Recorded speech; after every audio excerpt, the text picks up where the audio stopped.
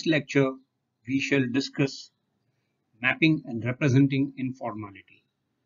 And in that we will discuss the case of Gazdarban, which is a large slum pocket in western suburb of Mumbai. Informality can be defined in various ways.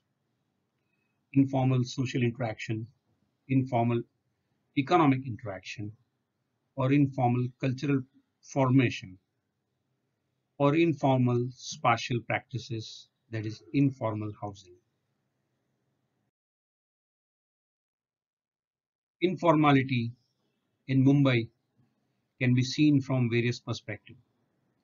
Each perspective has its positive side and perhaps huge possibility in cross learning for it to enable the urban inclusion planning policy and practice. Informal housing in Mumbai is typically related to word slums. However, the formation of slums, networking of slums, and sustenance of slums has a different story to narrate. The larger question is how new methodologies of research and formats of representation of informal settlements support their recognition in urban design, planning, political, and policy making process. Along with that, what are the larger learnings from informal spatial practices for living? That is something that we need to really address. The formation of Gazdarban, a large pocket of self-built, sustained model of slums in western suburb of Santa Cruz, resulted from various parameters. Largely, it owes its origin to the generic problem of state body for not being able to provide affordable housing at the city level, along with absence of policy for not being able to create housing stock for urban poor. These two issues are coupled with large-scale land speculation in the open market and market-driven real estate resulting in unaffordable housing in Mumbai.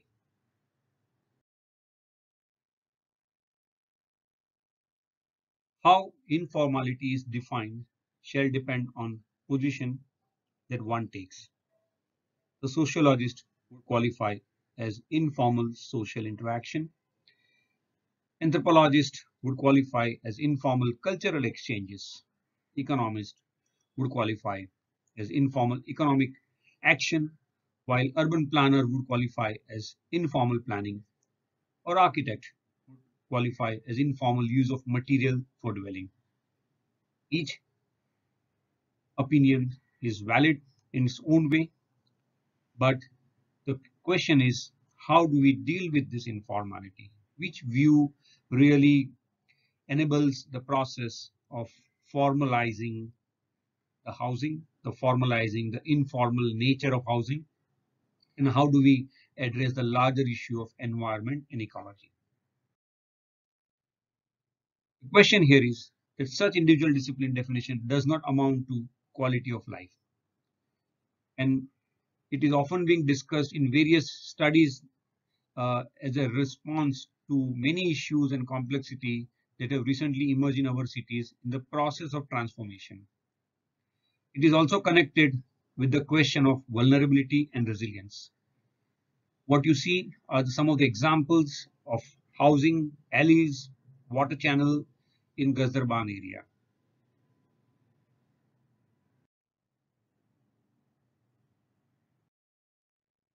The city of Mumbai is vulnerable to projected climate change related disaster within given social, economic, and environmental stress condition coupled with population growth and informal housing.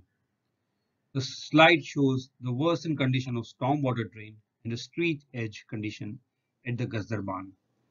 It shows how informality and the formal housing are some way exist together. When we deal with housing in Mumbai, We often talk about limited model of housing production, state-owned housing, that is MADA housing. The second one is the private layouts, private societies. Third is the slum housing, which follows SRA model for its formalizing.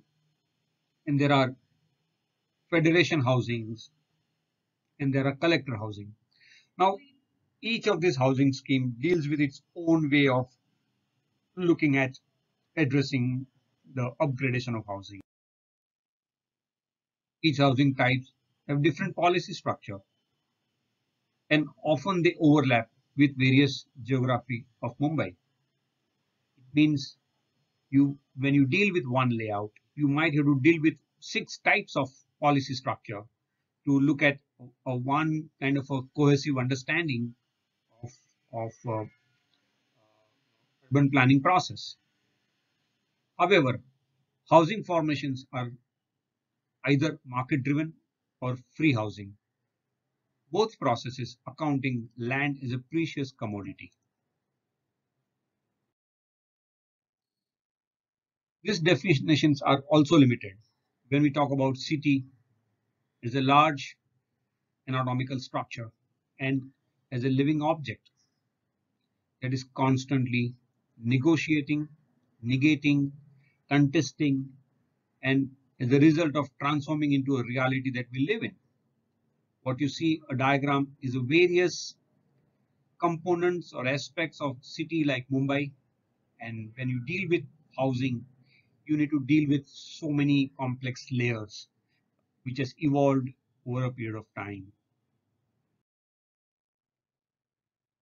This slide demonstrates the comparative densities of various global cities in the world, where density of people per hectare is maximum among the several global cities. Many cities in Southeast Asia demonstrate very high density, and Mumbai is one of the highest one. The key objective of studying and documenting such conditions within the cities is necessary to address as the issue that are related to understanding of inflicted stresses conditions are based peculiar habitation process.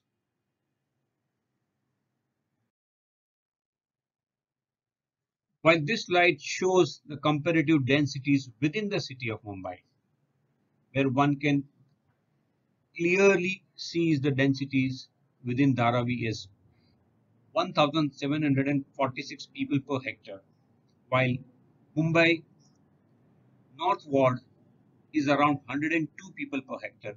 So one can understand how densely these slums are packed with people and household units.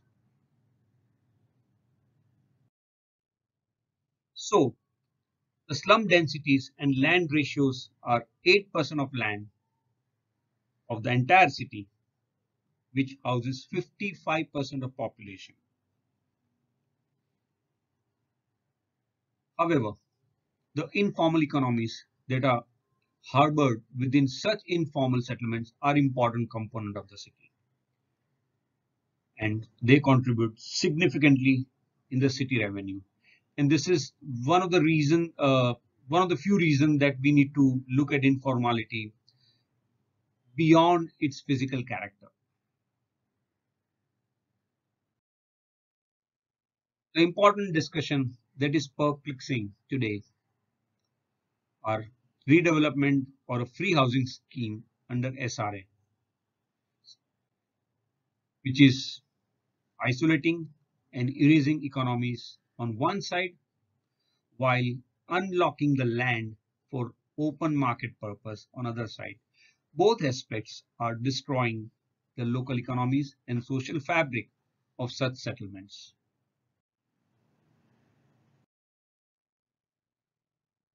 Resilience and urban planning is a dynamic set of cause and corrective measures in dealing with disturbances that are inflicted on human settlements, either in form of market intervention natural disaster, or in the form of human created disaster.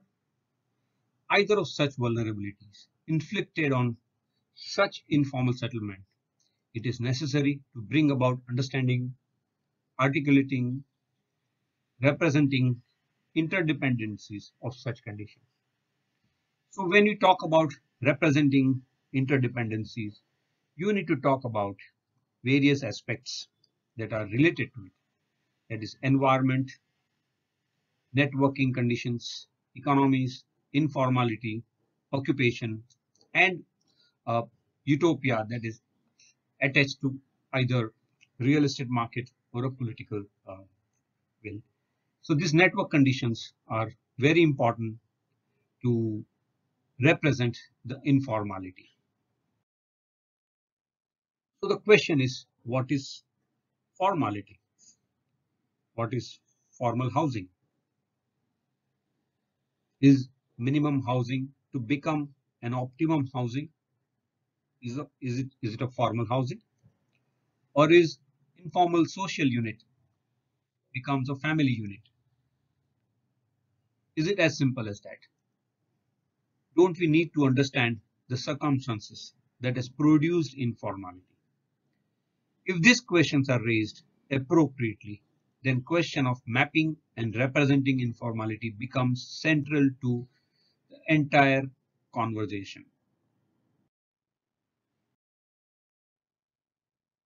The case of Gazdarband is very unique. It has been informally built on no development zone in highly vulnerable situation of estuarine condition. It was originally a fishing village on a creek edge that has been encroached upon over a period of time and expanded into no development zone. Based on an empirical study using participatory tool of survey and mapping in the slum community located in estuarine condition at Gazdarband, in the residential town planning schemes of western suburb, the study argues for the significance of design strategies in consultation with the local community living in informal settlement that are vulnerable to environmental risk like floods and mudslides. So what you see in a map is a fishing village on the lower bottom, and the upper right corner you'll see a formation of Gazdarband. There are estuarine conditions that when the sea meets the land, and then it bifurcates itself into the water channel. The sides of two large storm water channels that emanates from the sea has been encroached and resulted in not only the polluting the water channel, but also enabling the frequent flooding in western part of the suburb.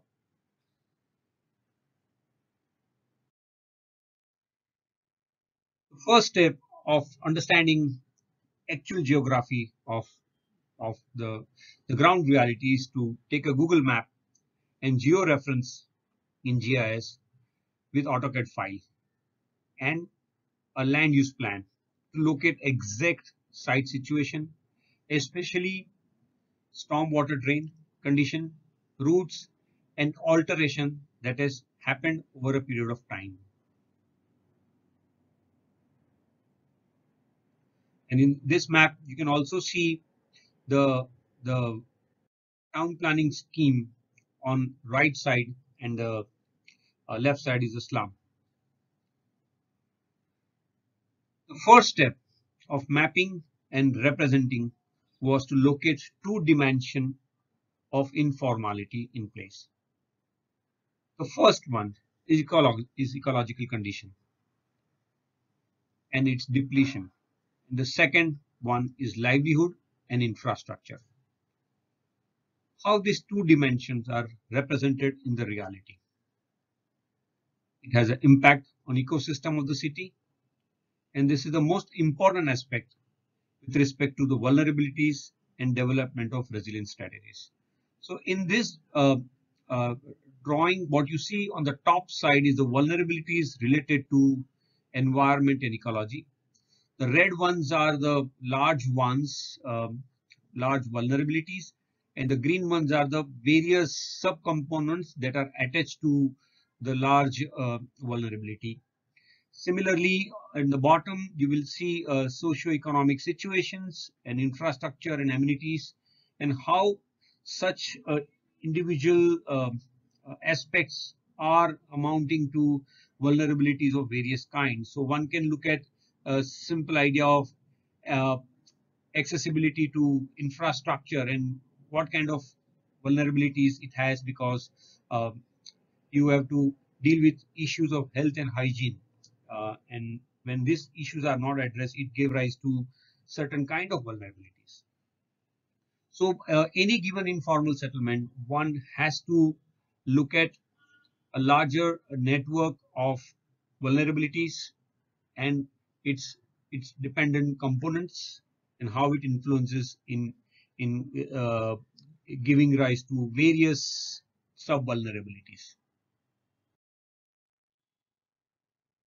The second step was to map the several subcluster with respect to various institutions, amenities.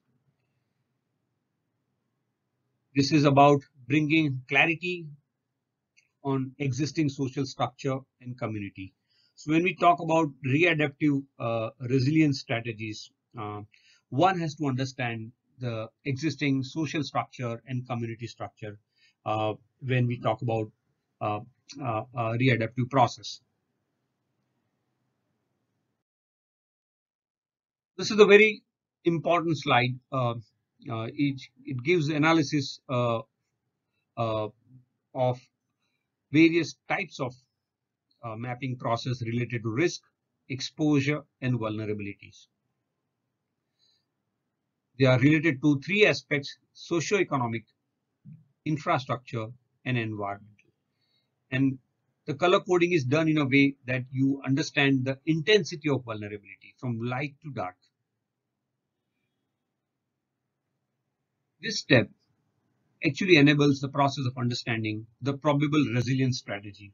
So one has to look at when one color code meets the other color code. So vulnerability risk is very high, and how really one enables the process so that the risk is reduced on a short-term basis and also on a long-term basis. So there are two approaches to this entire process. One is equilibrist approach, which is a short-term process, and evolutionary process, which is a long-term process, long-term drawn process with various subcomponents.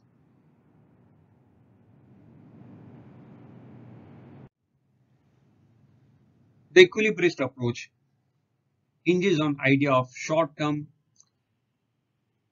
approach, which is very reactive in nature. As there is a vulnerabilities, as there is a incidental of vulnerabilities, you react, and very often they are techno rational in nature. The planning process is mobilized towards technological dimension. It also attempts to uh, homogenize, the process, while evolutionary process looks at a very long-term drawn process, which talks about approach which is moving away from techno-rational to socio-cultural. This allows a certain sense of heterogeneity. This allows certain sense of inclusion. It allows various stakeholders to participate. So one is a reactive process, and another one is a long drawn process, which is flexible, which is open for suggestions and recommendations. So very often when you talk about vulnerabilities and resilient strategies, you need to ask these questions. Uh, what is the right process at that point of time?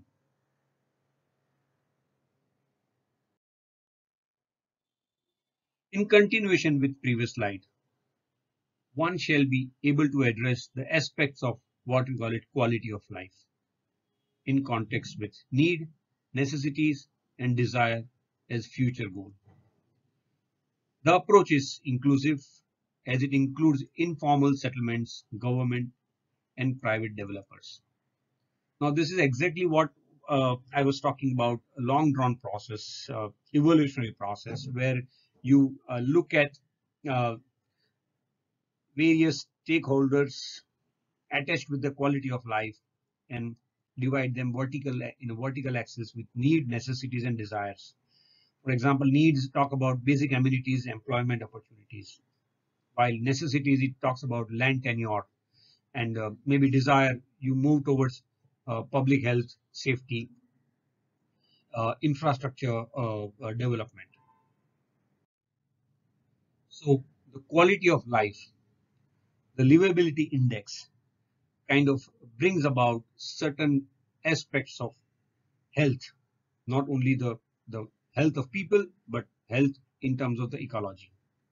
And this is the process where, which is a long drawn process, which requires broad based strategy, which requires to move from incidental planning to a projective planning process.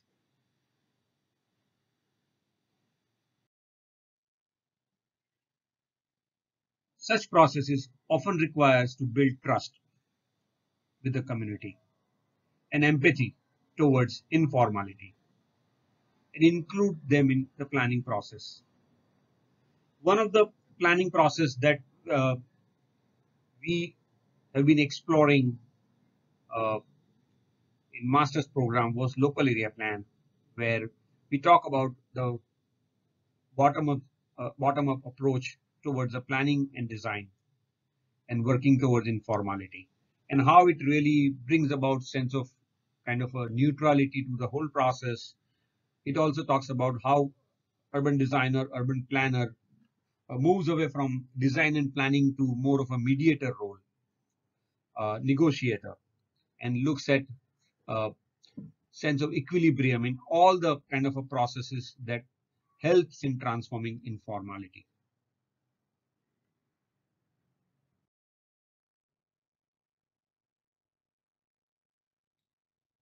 The planning process broadly, uh, you know, enables four areas: the, the benefits, stakeholders, the participatory planning, and intervention. Now, these four aspects that enables the planning process, one has to uh, look at the subcomponent that are influencing this process.